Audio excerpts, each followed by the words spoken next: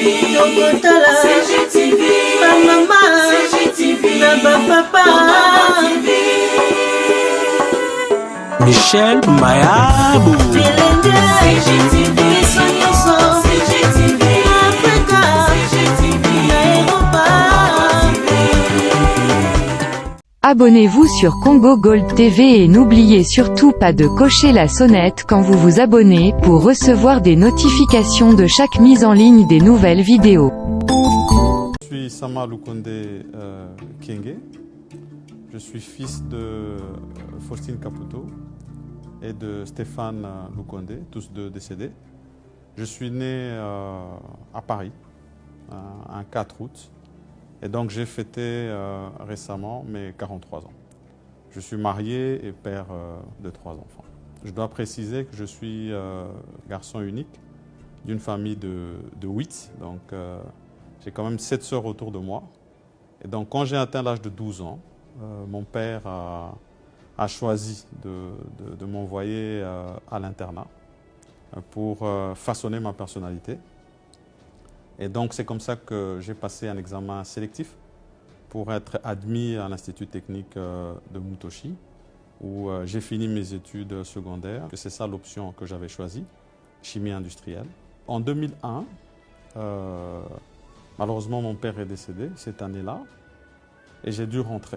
En tant que fils unique et selon la tradition africaine, je suis revenu pour reprendre le flambeau, si jamais je peux le dire ainsi, l'héritage. En 2006, je choisis finalement d'entrer en politique et je pars à Kinshasa comme député national, représentant la ville de Likasi.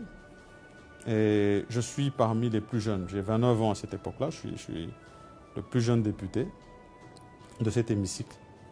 Et ça me permet de découvrir la capitale, de découvrir le monde politique et tous ces rouages qui sont totalement différents d'ici au Katanga, où la culture est beaucoup plus au travail, à la mine, au champ. Donc, c'était pour moi une nouvelle découverte. Et par la suite, j'ai été membre fondateur d'un parti qui a fait ses preuves. Ce qui m'a permis finalement d'être pris au gouvernement. C'était le gouvernement dirigé par le Premier ministre Matata Ponyo à l'époque. Et j'ai été ministre de la Jeunesse et des Sports. C'était en 2015. Et là, je dois encore mentionner, j'avais 37 ans, j'étais le plus jeune ministre qui avait été nommé. J'ai fait un parcours de 9 mois seulement à ce moment-là, et j'ai démissionné. C'était une décision assez difficile et assez inattendue, mais c'était une décision que j'avais prise par conviction. J'ai démissionné de mon poste parce que à ce moment-là, il y avait toute une lutte sur l'alternance et le respect de la Constitution. Et c'était important pour moi, en tant que jeune, que je puisse rester dans ce en quoi je crois. Ça veut dire un État vraiment démocratique et où il y a de l'alternance. Parce que ce n'est que comme ça que je pense qu'on peut avoir des changements dans le pays. Et donc, cette démission m'a amené tout droit, finalement, dans l'opposition. Et en étant dans l'opposition, j'ai eu la chance de côtoyer quelqu'un, un jeune, qui était à ce moment-là une figure de proie. Et on ne pouvait pas s'imaginer encore à ce moment-là qu'il serait actuel chef.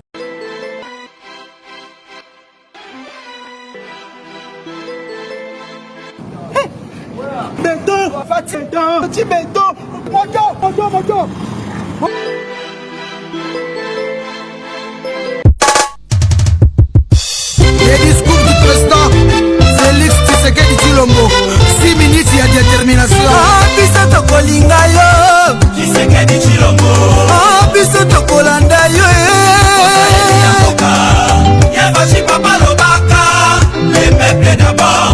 Okangela biso badongolo biso yo bakoti moka, okangela biso banyangala katamali.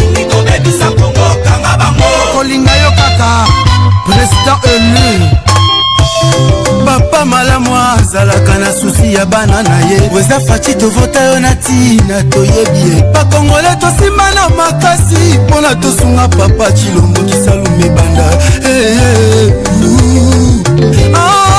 biso tokolinga yo Tshisekedi Tshilombo biso tokolanda yo Yafachi papa lobaka le peuple d'abord okangela biso badongolo biso yo bakoti moko okangela biso banyangala kaka balingi kobebisa Kongo kanga bango Kumusabata mwana papa Etienne Tshisekedi Yafati okangela biso ye ya Tshilombo nanga okangela biso bango Yafati ya Antoine na biso okangela biso ye ya Félix et papa okangela biso bango son excellence Roby Vwemba display en couleur kanga moyibi wana kadodo ekota kangela bizeye kadodo ekota papa lobaka Antoine mon fils ata na bufi kangela bizeye papa lobaka Tshilombo mon fils ata na zate ala kongo maramu kangela bizeye kangela bizeye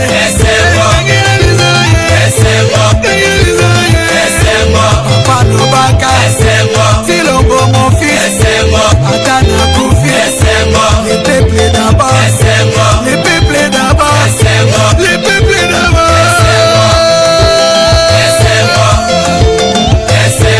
CG Augustin Kabuya musala malamu bravo Deni Butembo masaka na pita sono okangela biso bango bashanga yangu biko na kufa bure okangela biso ye basokulu yangu biko na kufa baba okangela biso bango kule este biko na kufa bure okangela biso ye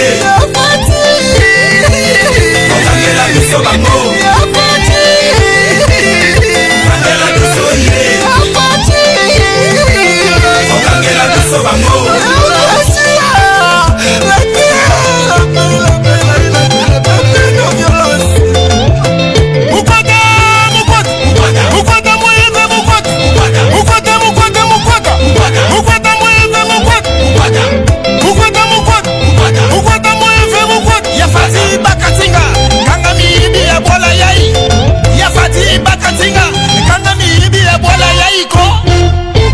Son excellence David Moukeba merci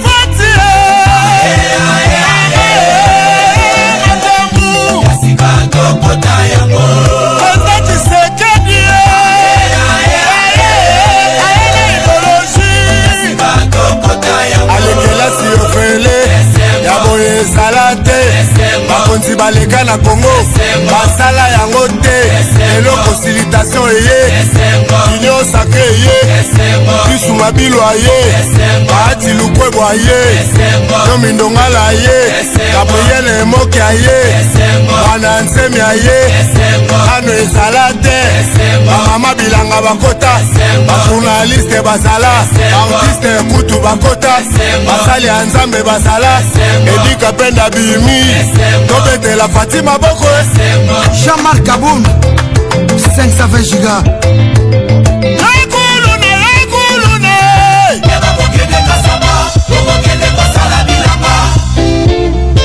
Jekoko Mulumba zala meme rana mokonzi kuluna esila na mboka kuluna aba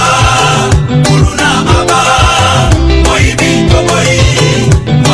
toboyi yekola mete ona veni na yo sikaki pomba ndeko ezala tina te bandona yango souffrance bandona yango puissance avec Pascal Mukuna sambela pona mboka Chibeton aboyi otravaye na mibi na basoro diongo alingi baoyo baza na susi ya peuple to démarrer na mokonzi mboka ekende liboso mokonzi mboka sengela biso po tozala union sacré yango nde kotombola Kongo eza bilanga esengi basali Fachi Beton abengi biso toya mpo tosala ye Chiki Tito Mushashino badiaspora botelema pona mboka basoda na population tobunda pona mboka Kongo ebonga batia fungoli maboko azozela yo ozala mokangwa moluba moswahili ngala fatia boyi tribalisme oh aye fatie elongo papa sekedi kakayo oh aye fatie le peuple d'abord Clarisse Mouyembi Mama Fati Fondation basoda ya mboka etideye omona biso osimba na makasi kaka yende mokonzi ate igendongisila katholike tosambela mpo na mboka Jean Keta merci mama yafati okangela biso ye yati ilombo nanga okangela biso bango yafati atwani na biso okangela biso ye yende presa elie okangela biso bango kanga moyibi wana tatodwa ekota kangela bizeye tatodwa ekota papa lobaka Antoine mon fils ata nakufi okangela bizeye papa lobaka silombo mon fils ata nazate tala kongo malamu kangela bizeye kangela bizeye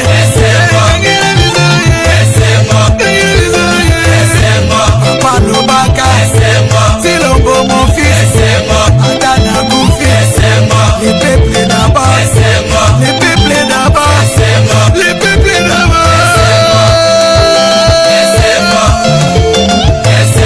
ya Jean-Jacques Pagna obunda kaka pona presa Fati badiaspora botelema pona mboka na bino RDC oye Dani Bokombe tsunami mama ebayaya bantu bawe bachiwe tugomane mutwagusenga mama Denise Nekeru Mexi ebayaya bantu bawe bachiwe tugomane mutwagusenga mama Denise Musale monani mama wabalangale bakushita libino wabali bafiga balabengelela makaya mulala mwembe mufane bakakutwala fachiwenye shafu wangu shale ni bana longa byenza libyamu mwana mubiji munyenye kunyami watega mukalenga wabatumba tumba mupendei mukalenga wabatumba tubakushana fachikuloni byambamba byabantu je suis béni mulala mwembe mufane bakakutwala tanu chigalendele nagadi mwakubanza kwe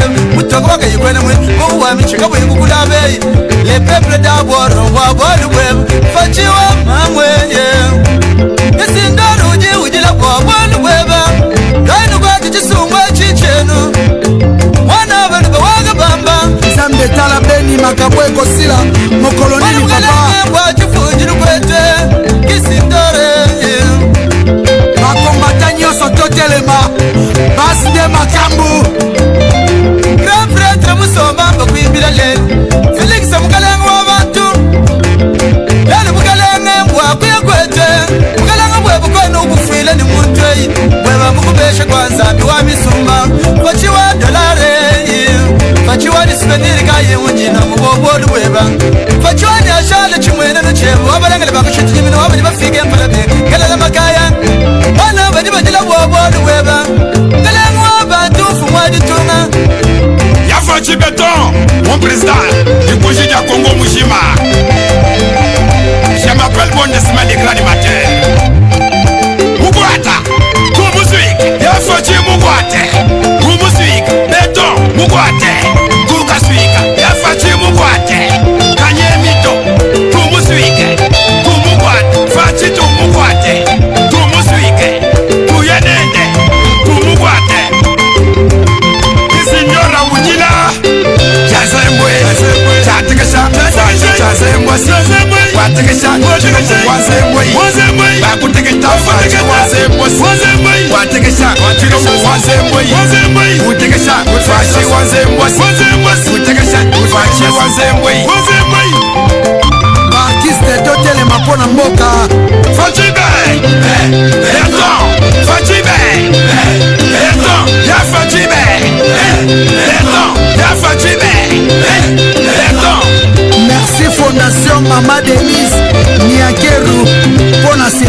Fadi Fadi wetugawe Fumadi tungagawe Ikushi jamogagawe Fadi betogagawe Mwena kongogagawe Fumadi tungagawe.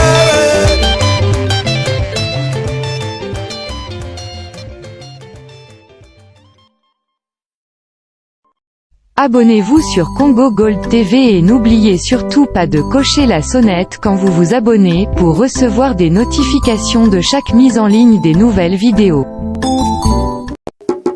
CGTV, CGTV, maman, CGTV, papa. Michel Mayabou. CGTV.